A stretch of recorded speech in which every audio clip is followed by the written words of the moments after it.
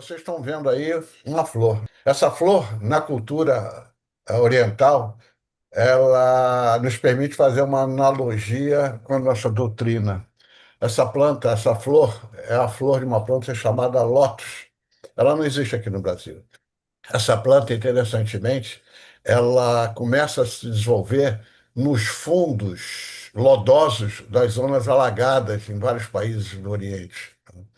Então, num certo momento, saem os eixos, dão as folhas que ficam na superfície do lago, da zona alagada, e que às vezes tumultua, algumas se decompõem, mas em certa época do ano sai um eixo, um escapo lá do fundo e emerge um botão que se abre.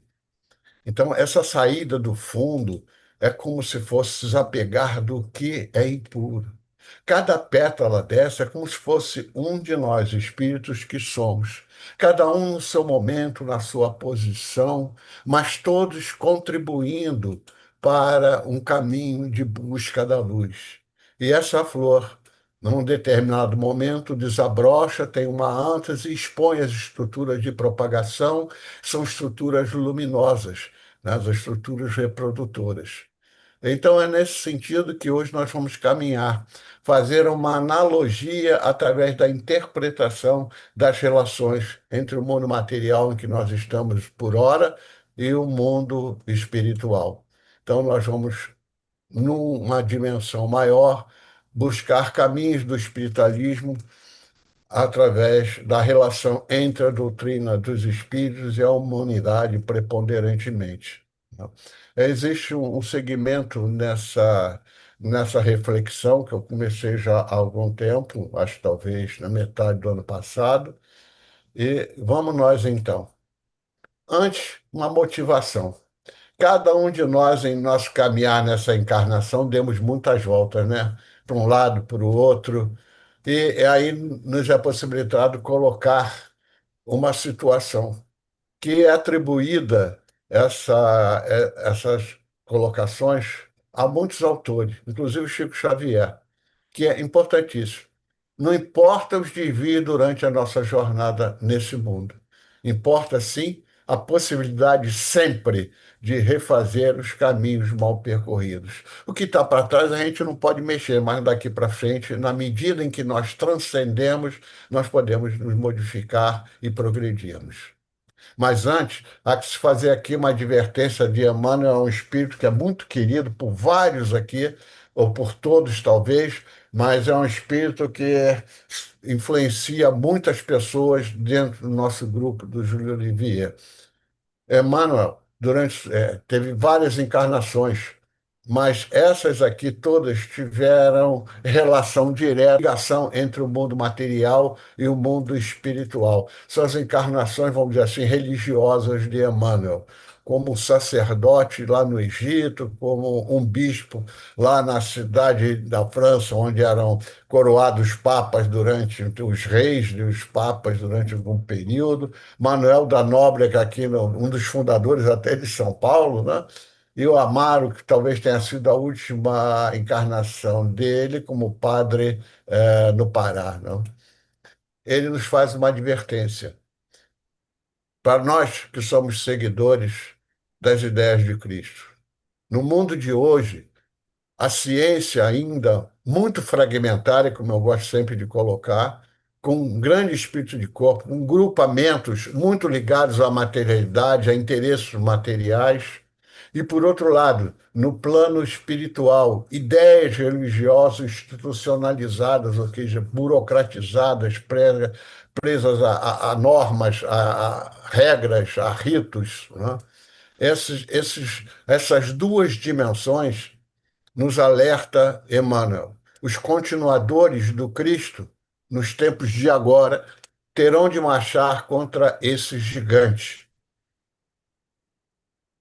com a liberdade de seus atos e de suas ideias. Ideia e liberdade, livre-arbítrio. E nesse caminhar, é um exercício que eu faço e gosto sempre de exemplificar. Quem mora na região geográfica que todos nós aqui moramos, né, A partir desse período agora que se aproxima o inverno, o céu fica maravilhoso, né? A gente pode, às vezes, na orla da praia, sentar ali, olhar para o céu, ver aquela quantidade de pontos de luz. E aí nós nos concentramos. Miríades de pontos luminosos. Quantas dúvidas surgem nesse momento? Mas são as dúvidas que nos permitem construir o nosso saber consolidado, a nossa fé. Quem nunca olhou para o céu e perguntou: como é que isso começou? Como é que foi o início disso?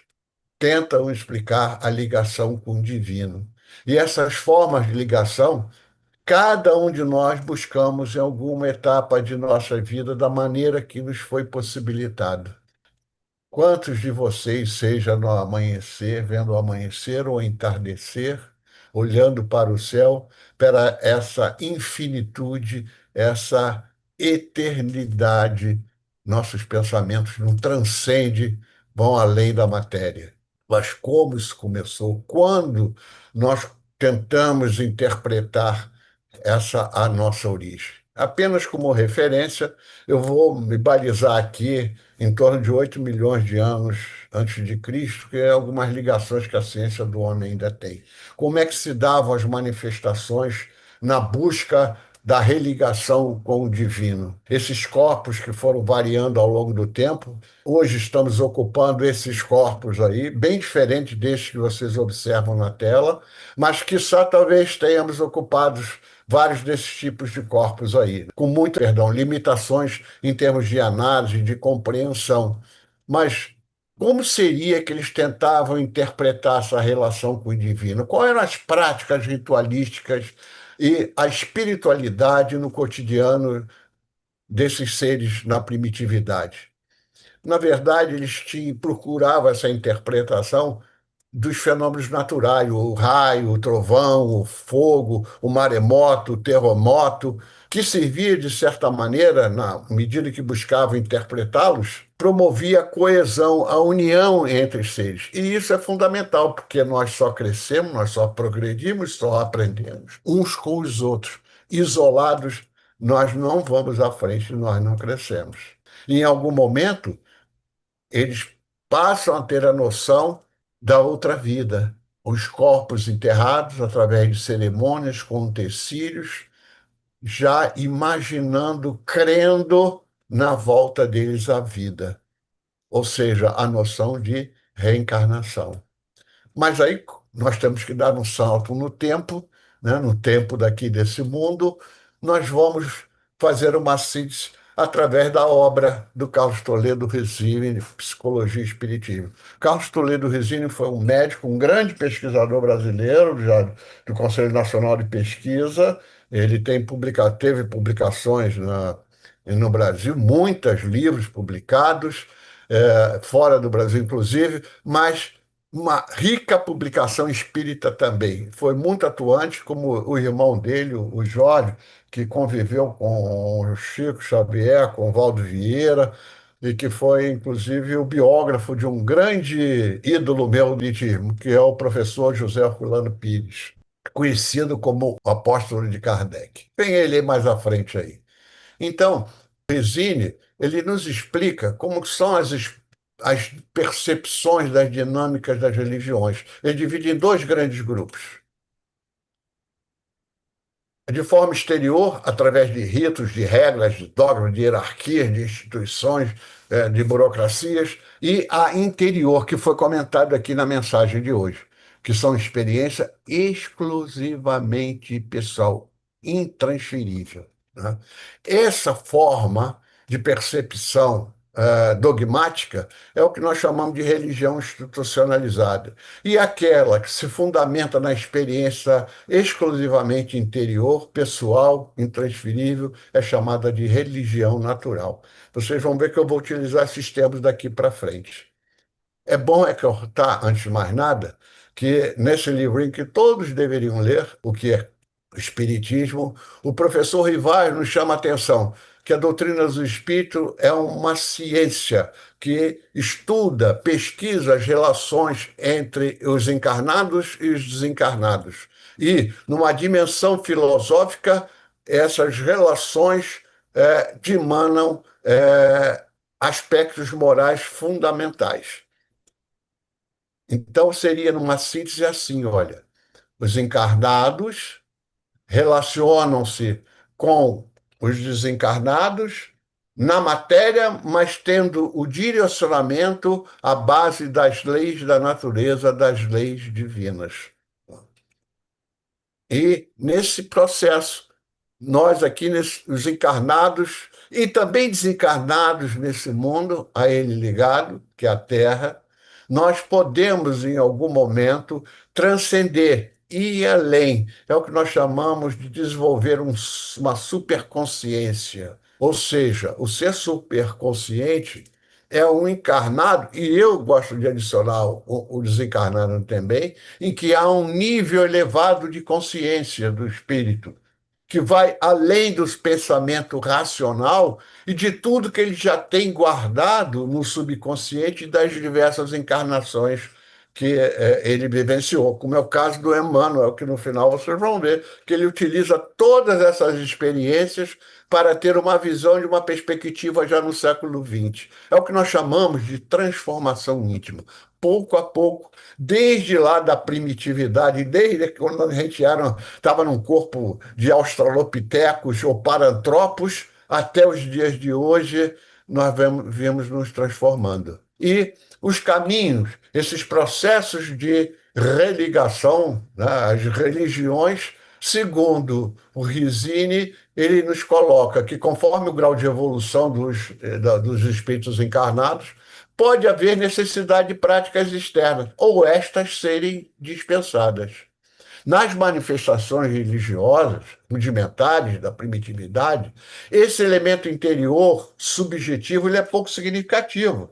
Existem espíritos encarnados que ainda se encontram nesse estágio, em que a questão exterior ainda é muito importante para eles. Isso em função do nosso processo evolutivo, cada um no seu estágio, no seu caminho. Mas o Evangelho destaca o valor da disposição íntima, cuja falta significa ausência de religiosidade de sentido mais elevado, quando a matéria passa, por vezes, a ser mais importante que o espírito. Tanto é que lá na carta de Paulo, né, ao povo de Corinto, está lá: a letra mata e o espírito vivifica. O que que isso significa? Que a lei do homem encarnado não tem sentido. A lei que vale é a lei divina, a lei da natureza. A letra mata, mas o espírito vivifica. O que é daqui vai ficar aqui. Portanto, não é a forma, não é a maneira, não são as regras ou fórmulas, mas sim a compreensão que se situa, na compreensão que se situa-se o valor da experiência religiosa interna. É a gente, nos nossos embates internos. Tanto mais interna, porém, mais exige renovação moral do sujeito. Pensa você, que já tem um caminhar dentro da doutrina, já pressentiu os valores da doutrina dos espíritos. Por vezes você não coloca assim, ó, puxa vida, fiz isso, escorreguei na maionese, podia ter feito de outra maneira, né? Ou seja, nós agora já estamos vigiando o nosso interior, estamos nos vigiando, na verdade, né? Buscando crescermos, progredirmos, evoluirmos.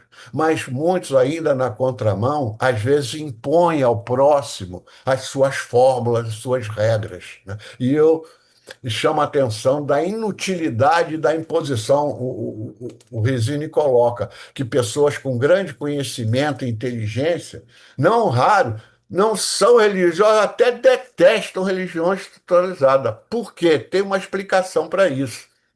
Vocês devem conhecer pessoas assim, podemos citar vários. Na verdade, essas pessoas, por vezes, são espíritos até evoluídos, mas o seu consciente, embora muito amplo, tem o seu superconsciente ainda pouco vivenciado. Ele ainda precisa de mais experiências, até que o momento desperta para aquilo. Ou seja, Não adianta a gente querer fazer proselitismo, querer impor, a gente vai se empolgando no início, quando começa a aprender os valores da doutrina, quer convencer todo mundo daquilo que você está construindo já dentro de você. Então a gente às vezes quer fazer verdadeiros sermão para convencer as outras pessoas. Não vai levar a nada, cada um é que tem que descobrir por si, não é não? Quem procura acha. É isso. Eu achei, infelizmente, já bem tá. Infelizmente não, acho que é o momento. Mas estou aqui feliz por ter entrado para a escola. E nessa a dinâmica ligadora, ela tem uma sequência. São as vivências, a gente um com o outro, vivendo um com o outro, vamos acumulando conhecimentos, concordando e discordando. Isso faz parte da construção do saber. E aí desenvolvemos ou não virtudes na medida em que estamos vivenciando. Ou seja, a cada momento que nós descobrimos uma lei divina e que aquilo se coaduna contigo, você quer praticar aquilo, você está construindo uma virtude e, consequentemente, vai amadurecendo. Você vai vivenciando moralidade, como o professor Rivaldo destaca a essência da doutrina dos espíritos. Vive a religiosidade e, sobretudo, o amor. Ou seja, nesse momento, o seu superconsciente está se desenvolvendo até o momento que a gente dá um grande salto. Mas nesse caminhar, às vezes existem desvios. As religiões, sem exceção, têm desvios. Justamente porque a nossa interpretação como seres imperfeitos que somos sempre não será absoluta, sem dúvida. Então, o que é mais comum no mundo que nós vivemos é o poder temporal suplantar o poder espiritual. A matéria ser mais importante que o espírito. E aí eu vou dar dois exemplos. Primeiro, clericalismo. O que é clericalismo? Clericalismo é um processo que enfatiza a ideia do dirigente religioso, um ser encarnado, um espírito encarnado, vamos chamar de clérigo, sobre determinados grupos que ele consegue atrair. É o chefão, o todo-poderoso. E daí, na medida que isso acontece, em que ele dita todas as regras, cada vez mais os leigos vão percebendo em algum momento que aquilo se coaduna com o que ele analisa, com o que ele conclui. E a tendência nesse caminhar é se afastar, é o afastamento dos fiéis. Esse grande espírito, Jorge Bergoglio, que foi o Papa Francisco, conversa com jesuítas africanos, ele coloca bem claramente o que é o clericalismo. Vejam, ele diz assim, ó, o clericalismo é uma verdadeira perversão da igreja. A finalidade do pastor, ou seja, do clérigo, né, é ter a capacidade de ir na frente do rebanho para mostrar o caminho, ficar no meio para ver como é que as pessoas estão, ver o que está acontecendo, se pode ajudar, e ficar atrás do rebanho também, para garantir que ninguém fique para trás. Vamos todos nós juntos, um por todos, todos por um. No clericalismo, o que é que acontece? É o contrário. O chefão pretende dizer todas as regras, você faça tudo isso que eu estou mandando. É um espírito encarnado que pretende esse pastor estar sempre à frente, ou seja, eu mando sozinho, não quero saber do resto. Estabelece o caminho, é esse caminho que tem que seguir. Quem não seguir vai ser mandado embora, vai ser despedido. Ou seja, é precisamente tudo o contrário do que Jesus fez. O clericalismo condena, separa, chicoteia, despreza. Isso existe no movimento espírita. Pensa aí. No final você responde. Um outro exemplo, teologia da prosperidade, que foi um movimento que surgiu no século XX nos Estados Unidos e que depois veio, inclusive, para o Brasil, hoje está em várias partes do mundo, em que se baseia essa teologia da prosperidade, que a fé tem que ser traduzida em bens, em bênçãos materiais e saúde. Deus me deu essa casa, Deus me deu esse carro. Na verdade, isso é uma grande deformação em que mistura-se riqueza material desse mundo com riqueza espiritual, que na verdade é uma deformação do que está escrito no texto que nos coloca o profeta Malaquias e que está também em João, em que eles fazem chamamento para que os dirigentes ajudassem a todos aqueles, e não esquecessem ninguém. E aí eles utilizam isso para sobrepor materialmente.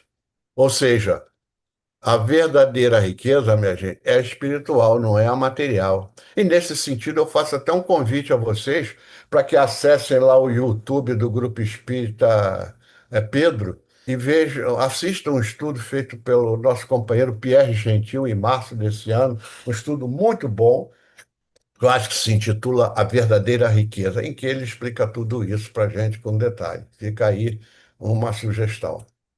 Então, existem formas e fórmulas realizadoras? Sim, por uma razão muito simples. Quem os cria são espíritos imperfeitos, mas que vão se aperfeiçoando e a gente vai progredindo pouco a pouco. E aí eu faço uma provocação, mais uma. Qual será a melhor das religiões? E aí eu vou me socorrer nessa obra Roma e o Evangelho, de José Amigoi Pelice. José Amigoi Pelice foi um clérigo que foi disfarçadamente excomungado da Igreja Católica, porque em algum momento ele começou a acreditar na reencarnação, na mediunidade e começou a defender. Esse livro foi colocado lá no Vaticano no Index Librorum Prohibitorum. Nesse livro tem várias comunicações e tem uma que explica essa questão da religião, qual é a melhor. E quem nos traz é o espírito que a gente já conhece bastante, que ele está na obra de Kardec, né, que é o Lamennais, foi um bispo parisiense. Diz assim: em absoluto, a melhor, absoluto quer dizer, zero dúvida. Em absoluto, a melhor da religião é a religião verdadeira. Mas o absoluto está fora da capacidade humana. Então, a verdadeira religião não nos é possível. As religiões são imperfeitas, porque nós somos imperfeitos. O mundo é imperfeito. Mas qual será, então, a melhor dessas imperfeitas? O homem poderá, diz Pelícia, o homem pode definir a religião verdadeira dizendo que ela é, em absoluto, o cumprimento do dever. Aí a coisa começa a clarear. O cumprimento da lei. Que lei? Não é a lei do homem, a lei da natureza, a lei divina. Mas nem o homem, nem os espíritos podem abraçar a lei absoluta. Por quê? A lei absolutamente só a inteligência suprema que tudo criou. A perfeição absoluta é de Deus. Então, eu faria um convite para vocês, mas vai ter que ser pessoal, porque nós não gravamos as nossas reflexões aqui das quartas-feiras normalmente. A Milena fez um estudo excelente sobre dever aqui lá em fevereiro desse ano. Cá tem a Milena, quem quiser saber mais. Então, é através das leis divinas que nós passamos a vivenciá-las a cada dia mais, em que nós transcendemos, nós vamos progredindo e tendo a felicidade. Só que, na medida em que nós vamos desenvolvendo esse processo, a nossa inteligência invade a cada dia novos horizontes que nos causam ansiedade. As nossas responsabilidades aumentam frente a essas leis, não é um fato? A melhor das religiões, portanto, é a que melhor promove o quê? A nossa capacidade de cumprir, de exercitar as leis de Deus. Então, agora, numa breve síntese, tem que ser bem breve mesmo, vamos fazer como é que o homem procura chegar à transcendência, a ir além. Então, essa tarja vermelha que está aí do seu lado direito, como de transformações, ela vai aparecer em todos os quadros, porque está tudo sempre mudando, tudo sempre mudando.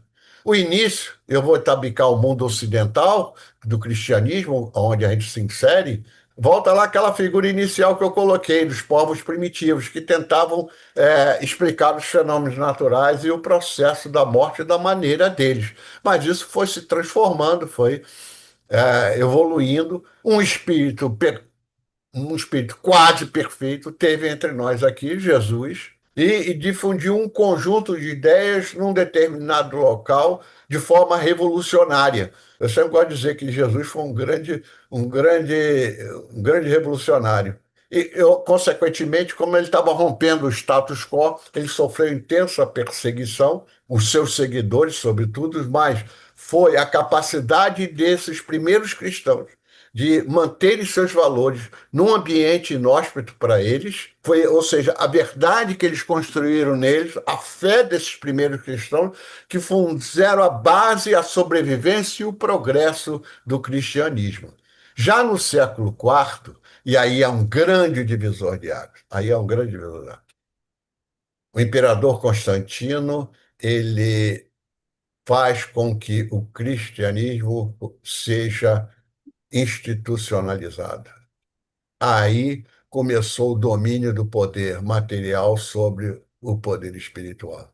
A religião oficial do Império Romano. Então, cria-se uma estrutura de regras, de poder, né? A igreja passa a ter a força temporal e a força espiritual, mas a força temporal progressivamente vai cada vez crescendo mais em detrimento da espiritual, que aí vai provocando os desvios, as deformações.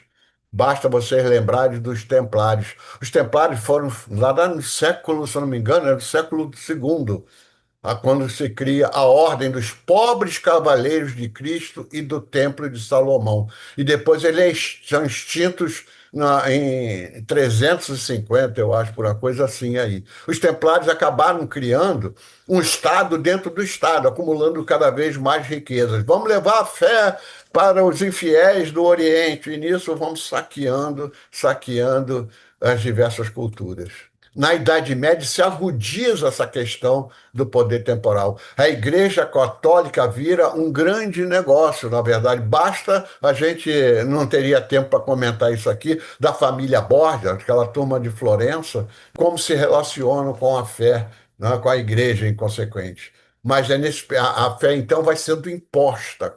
Ela não é uma construção, é uma imposição nas diversas sociedades. E aí começa a haver os cismas, né? Tem esse de 1054. Então, do século XVI ao século XVIII, nós vamos ver reforma. Lutero com a reforma protestante, a quebra da unidade da igreja, então vão surgindo uma série de outras explicações, derivações, e começa a ver a globalização. A globalização não começou nesse século, a globalização é lá de final dos anos 400 e 1500, é a grande expansão. E então, aqui no Brasil, estabelece uma infinidade de organismos religiosos, aquelas missões que, na verdade, elas tinham muito mais função material do que espiritual. Muitos provavelmente tinham aquela visão espiritual, de trazer valores do cristianismo para os povos que aqui existiam, mas na verdade eram grandes empresas. Quando o próprio Império Português descobriu, mandou a maioria delas embora. Só ficaram aquelas que aceitaram a regra estabelecida pelo Império Português. Na, no século XIX, século XX, aí é uma coisa bem perceptível agora para a gente. A expansão da religião, continua o catolicismo, o cristianismo ainda é a expressão maior, o entendimento maior de religação entre matéria e espírito, mas novas matrizes vão surgindo de vários caminhos. Como é que está inserido o espiritismo? Porque o espiritismo surge na metade do século XIX, nessa doutrina científica. Hoje o quadro é esse, olha, o cristianismo, 31% obtive esse dado por inteligência artificial, tá? O islamismo, 25%, hinduísmo, 15%, budismo, 7%, judaísmo, 0,2%. Mas existe aí dentro de cada segmento desse uma infinidade de derivações, de outras expressões. E aí, então, eu busquei aqui o que eu tinha de mais recente, é o dado de 2022, das expressões religiosas. Inclusive está a doutrina dos espíritos como religião, só institucionalizada. Mas a verdadeira proposta por Kardec não era institucionalizada. Vejam que o catolicismo 56% é o grande valor. Depois os evangélicos, os ateus, os espíritas, os umbandistas e de outras religiões. O que nos interessa é isso que está em vermelho aí. A doutrina que foi fundada por Kardec, nós temos como referência o Livro dos Espíritas. Durante esse período, a gente observa muito sincretismo, muito desvio. Quais são os desvios que a gente percebe na doutrina do Espírito? O mais importante é essa aí, o rustanguismo. Rustanguismo é um nome que deriva de um advogado de Bordeaux, Jean-Baptiste Roustan, que depois de um período de doença muito acentuada, ele se envolveu misticamente com uma médium. E ela, então, eles publicam uma obra messiânica extremamente mística, chamada Os Quatro Evangelhos, que, na verdade, é uma mistura de catolicismo com valores da doutrina coordenada pelo professor Rivaio. Então, aqui eu botei um quadro diferencial, que vocês podem ver, entre as propostas do kardecismo e do cristianismo. Tem diferenças, algumas importantíssimas. Essas Duas primeiras talvez não fosse tão importante, mas o pessoal discute muito. Que Jesus teve um corpo físico para o kardecismo. Ele encarnou, nasceu, foi gestado, ele se ligou a um corpo, correlacionou seu perispírito com o DNA das células de um determinado corpo, Jesus Cristo. Já para o rustanguismo, Jesus era um corpo fluídico, ele era um ser, era sobrenatural. Natural mesmo, desencarnado é natural. A religião ela é natural, não é isso? Então, seria um pleonasmo espírita, se nós assim pudéssemos dizer. Né? Então, já são duas grandes diferenças. Mas o mais importante está aqui. Toda a obra de Kardec ela é fundamentada no princípio da universalidade dos ensinos, que vocês acho que a maioria aqui já conhece. Né? Ele mandava para vários, as questões para vários médios. O que era pontual, ele separava, ele pegava o que era comum, que era frequente. Já na obra da Emile Caulion, que foi a médium, uma só médium, segundo ela, de Moisés e dos evangelistas. Eu repito, uma grande mistura entre catolicismo e valores da doutrina dos espíritos. A doutrina de Kardec, né, coordenada por Kardec, foi a base do movimento espírita mundial. Esse mundial hoje é muito restrito, pelo menos que eu conheço na França, o que existe de centro espírita são de brasileiros que casaram com franceses, então moram lá. Eu conheci alguns. E, na verdade, o espiritismo ele é forte no Brasil, no Brasil. Já entre nós, o Stanguimes também teve, quando começa aquele chamado Pacto Áureo, que ele diz que houve, segundo o professor Herculano, não houve esse pacto. Na verdade, foi um grupo de rustanguistas que se provocaram práticas que eu chamo de espiritualismo, ou seja, existem centros espíritas que têm clericalismo, que têm rito, não é? Vocês devem conhecer por aí, tem vários deles aí, mas faz parte das nossas imperfeições. Mas o que não é a proposta propagandada por Kardec. E se você quiser saber mais um pouquinho sobre isso, leia esse livro aí, O Espírito e o Tempo, do Zé Herculano Pires. Professor, foi jornalista, um grande médium, tem mais de 80 livros escritos. Foi biografado, como eu falei, pelo Jorge Resine, do qual recebeu o epíteto de apóstolo de Kardec, pelo seu esforço em manter a pureza da obra de Kardec. E lá ele vai falar sobre todos esses aspectos. E como é que está hoje? Que você acha? Escutando tudo isso que você está escutando, discordando ou concordando, não importa. Como é que está hoje? Se ontem era assim, como é que é hoje? Olha nesse momento. Você não pode me tocar aí, né? Você não pode dizer com certeza absoluta que eu esteja encarnado. Não é fato?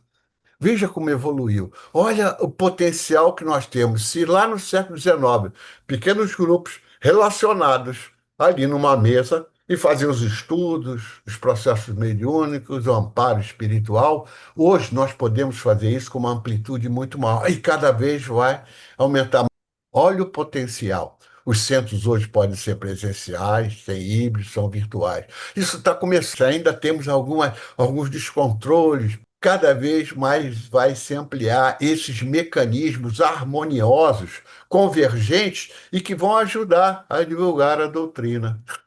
Se a gente olhou para ontem, de forma até muito rápida, e olharmos para o mundo hoje, como é que você acha que vai ficar amanhã essas relações entre a matéria e o espírito, o entendimento, a transcendência humana? O que que a gente observa hoje? E nesse processo de comparar ontem com hoje, eu trago aqui uns textos, são dissertações mediúnicas que correlacionam religião, filosofia e ciência. Ou seja, trazendo o que está desde Jesus, rebatendo para a sociedade humana atual.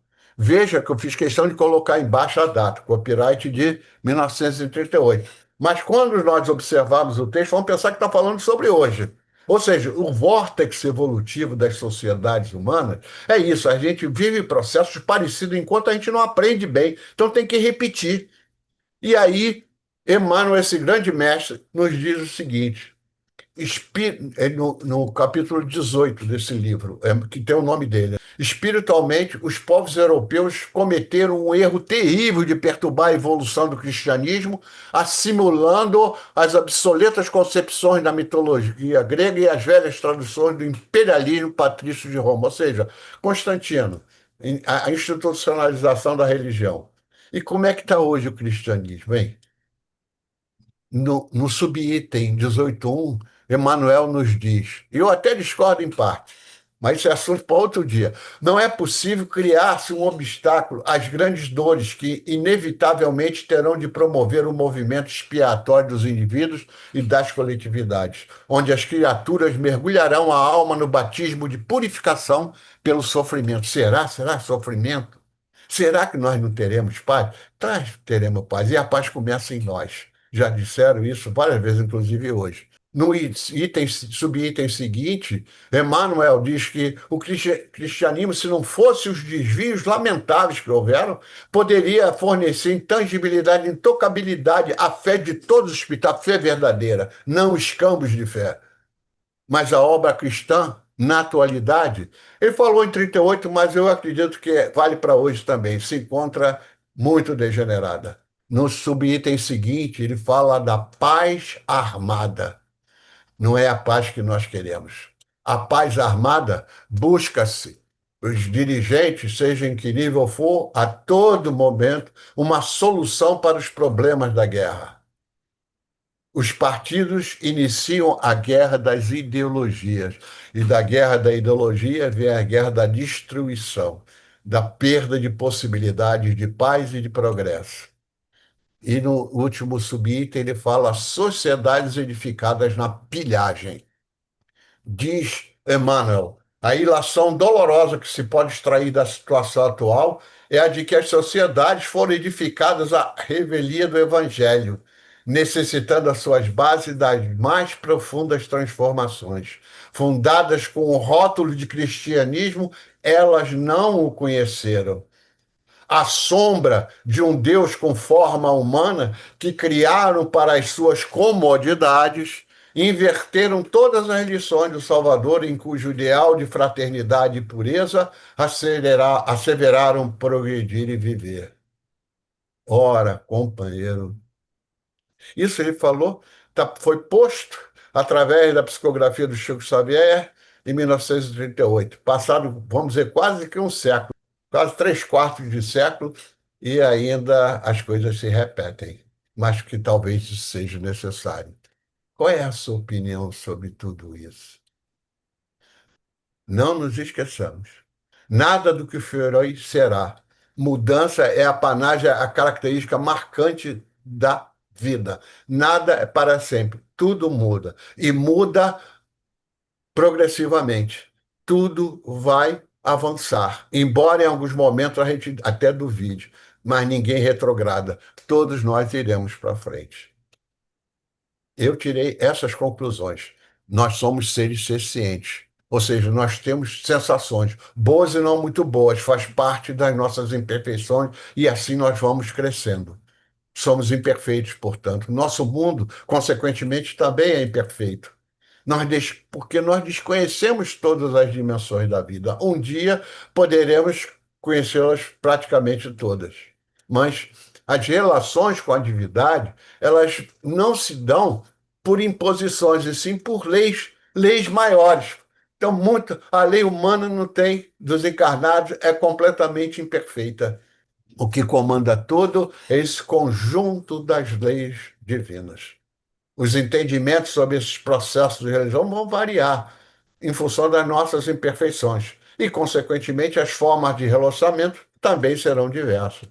Então, minha gente, nessa vivência nossa, em relação às divindades, nós vamos ter muitas dúvidas em alguns momentos. Nós tivemos, hoje talvez não tenhamos mais, mas muitos ainda têm. E aí isso, às vezes, é um pano de fundo para o desenvolvimento de fanatismo, para negacionismos, mas faz parte, insisto nisso, do processo evolutivo planetário. Emmanuel tirou essas conclusões em relação a esses aspectos religadores.